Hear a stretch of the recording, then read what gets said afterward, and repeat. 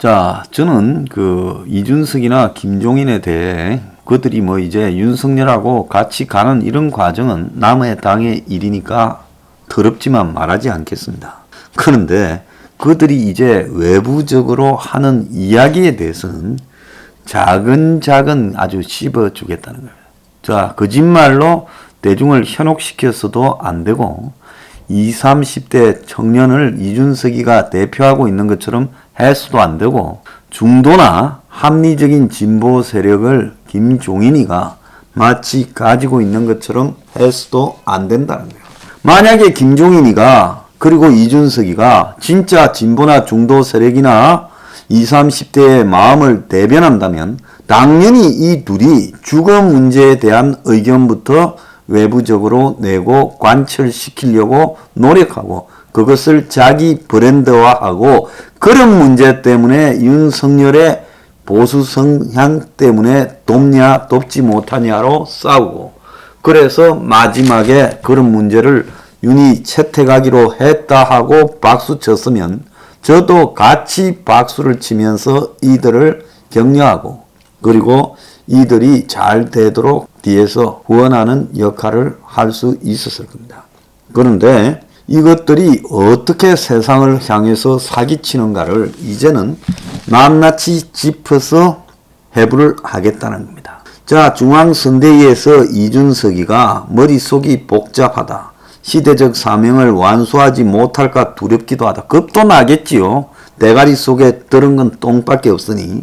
그래서 탄핵 이후 제1야당의 변화를 걱정을 합니다. 이재명과 민주당이 두려운 게 아니라 이재명은 어떤 후보보다 도덕적 결함이 많은 후보고 정면으로 문재인 정권을 비판할 자신도 없는 후보인데 제1야당인 우리가 국정농단과 탄핵의 상처와 무능을 넘어 새로워졌는가 고민할 때다.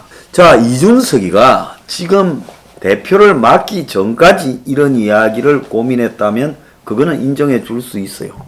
그런데 지가 대표가 돼가지고 이제도 이런 소리를 한다는 거는 이거는 정말로 무책임한 놈이다. 나는 그렇게 보고 있습니다.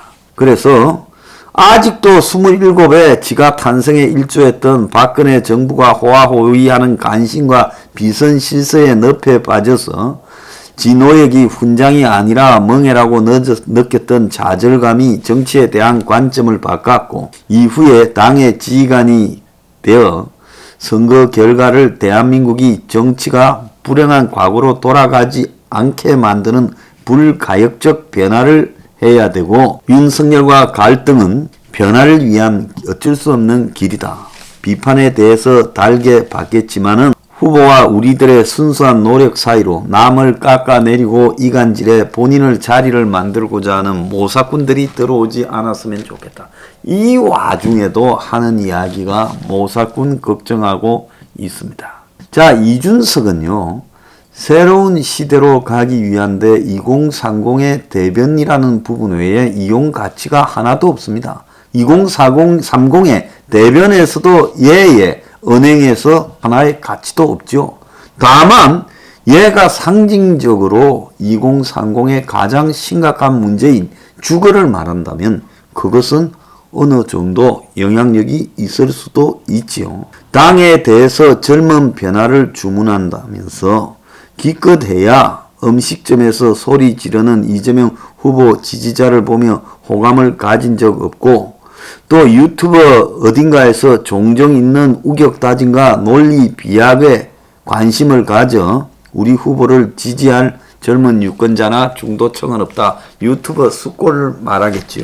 그러면서 제가 볼 땐 저도 유튜버 숫골이라고 볼 겁니다. 어떤 자리에서도 안정된 합리적인 모습을 보여주라. 자, 저런 류의 애들이 이야기하는 흔히 말하는 합리성이 뭡니까? 자, 저런 이준석의 합리성, 문하고도 합리적이에요. 문하고도 싸우지 않아요.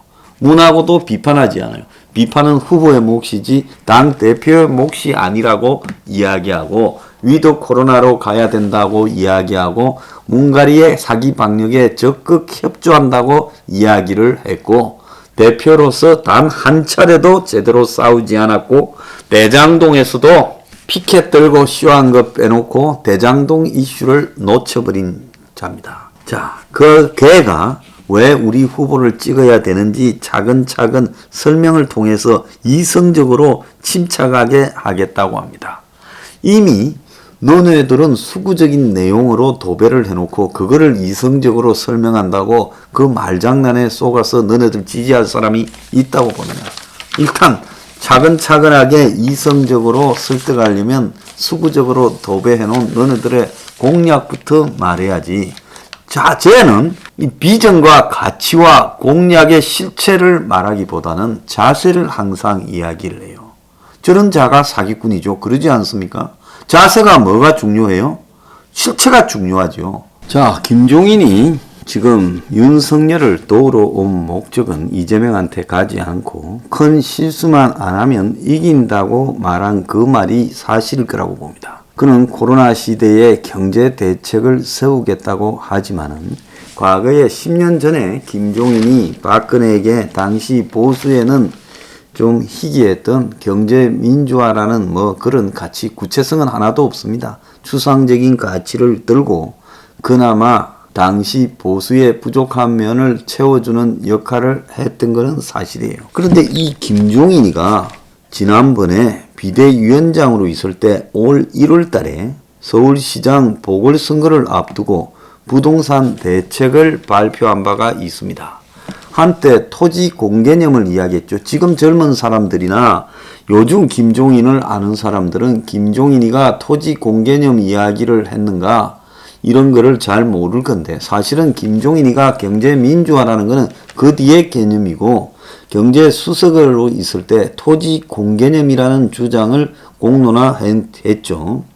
그랬던 김종인이가 지가 동당의 비대위원장으로 있으면서 1월 달에 발표한 부동산 정상화 대책에서 지금 뭐라고 했는가 하면 서울의 부동산 정책이 전국의 정책의 핵심이잖아요. 가장 부동산 문제가 심각한 곳이 서울이잖아요. 그때 김종인이 양질의 주택을 공급하고 교통난을 해소해 국제도시 조성에 초점을 맞췄다며 각종 규제로 인해 멈춰져 있던 재건축, 재개발을 활성화해서 기존 도심을 고밀도로 개발로 추진하겠다. 그러면서 문재인 정부 박원순 전 시장은 서울 도심을 노후화해도 재개발, 재건축을 인위적으로 막아 신규 주택 수급 불균형을 초래했고 지난 10년간 서울시가 400여 곳의 정비사업을 폐지해 25만 호에 달하는 주택이 제때 공급되지 못했다. 용적률 기준 상향을 하고 그리고 현실 반영하지 못하는 안전진단 기준을 낮추겠다는 이야기죠. 분양가 상한제를 폐지하고 과도한 재건축, 초과이익 환수 현실화 규제를 획기적으로 푸는 것이 필요하다. 이러면서 공급을 대폭 늘려야 되고 차량 기지는 지하철이 인접해 접근성이 좋기 때문에 청년 신혼부부 주택 수용하기 적합하다. 그래서 도심을 관통하는 주요 간선도로 철도시설을 지하하고 상부 토지를 주거용으로 해야 되고 완충 녹지를 활용해 주택 부지를 숲세권에도 만들고 철도시설로 단절된 도시 공간을 회복해야 된다. 그리고 양도소득세 중과제도 폐지로 부동산 거래세 부담을 완화하고 시장에 매물이 나오게 해야 된다. 양도세 완화는 단기 공급 확대가 필요한 상황에서 유일하게 꼽히는 방안인 만큼 의미 있는 정책 수정이 될 것이다. 1가구 1주택자 실수요자 세부담을 완화하고 생애 첫 주택 구입자 지등록세 인하하며 건보료 부과 기준도 조정하겠다. 자, 이런 이야기입니다. 다 보면요, 뭐냐? 규제 완화, 재건축, 재개발, 도심의 장려, 용적률 상향, 이런 이야기입니다. 그리고 허구한 날 서울 도심의 철도 지하, 그거요. 철도요. 고속철 다니는 거 지하하면요. 그거 감당 못합니다.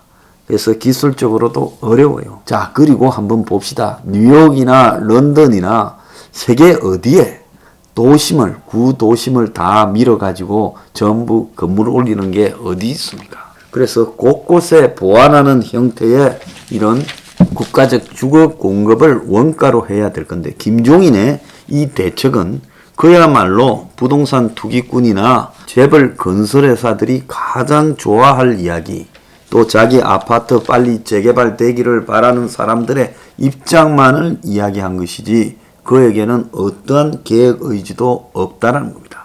그래서 지금 겉으로는 중도와 합리적 좌파까지도 지지를 수용한다라는 김종인의 이 경제관의 핵심은 부동산입니다. 부동산을 어떻게 바라보느냐에 따라 그 사람이 가지고 있는 양심을 우리는 들여다 볼 수 있는 거예요. 자, 20대를 30대를 대변한다라는 이준석이가 저렇게 말장난을 하고 있지. 그가 20대 30대의 가장 현실적인 문제는 이거다, 이거부터 해결해야 된다고 말한 적은 있어요?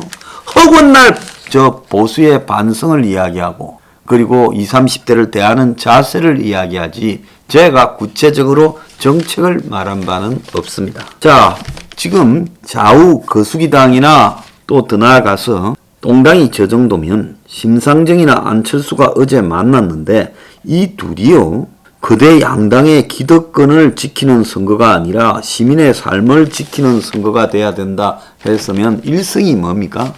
부동산 기득권 철폐한다고 돼야 될 건데 이들은 뭘 이야기했는가 하면 결선 투표제 도입을 주장을 했고, 그 다음에 대장동 쌍특검 추진을 이야기했고, 그게 뭔 쌍특검입니까? 그리고 공적 연금 개혁, 기후 문제, 양극화 불평등 해소 같은 문제를 언급을 하고 그리고 헤어졌습니다. 그래서 이 둘이 정신을 차리고 국가가 부동산을 한마디로 원가로 공급해서 오늘날 부동산 문제 해결을 통해 청년 문제를 해결해야 된다고 적극 말을 해야 될 건데 이 둘은 그런 부분에 대해서 언급하기를 사실상 포기했습니다.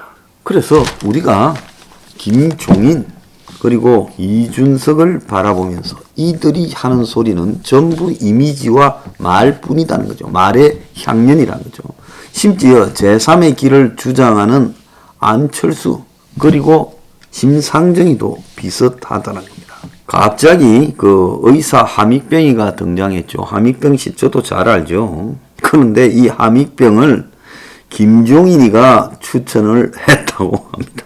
그래서 도대체 당내 관계자가 함익병을 추천한 사람은 김종인이었다. 다들 알고 있지만 시시한다. 김종인 선대위원장이 함익병을 추천한 게 맞다. 제가 김종인한테 묻습니다. 당신은 어디에서 당신의 개혁성이 있느냐? 당신은 이제 수구 기득권의 대변인으로 전락해 가고 있느냐? 네, 묻고 싶습니다.